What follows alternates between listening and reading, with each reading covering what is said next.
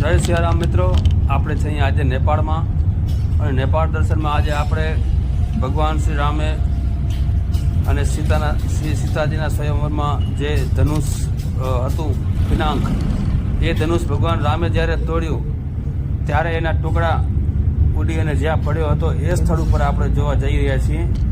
જે સ્થળ ઉપર પિનાક ધનુષનું જે ટુકડો પડ્યો હતો એ આજે ધનુષ મંદિર તરીકે પ્રખ્યાત છે. આપણે આવી ગયા છીએ એ જગ્યા ઉપર જ્યાં પિનાક નામનું જે ધનુષ હતું, ભગવાન રામે જે ધનુષ ભંગ કર્યો હતો એ ધનુષનો જે ટુકડો પડ્યો એ આ જગ્યા છે, અહીંયા આવેલું છે.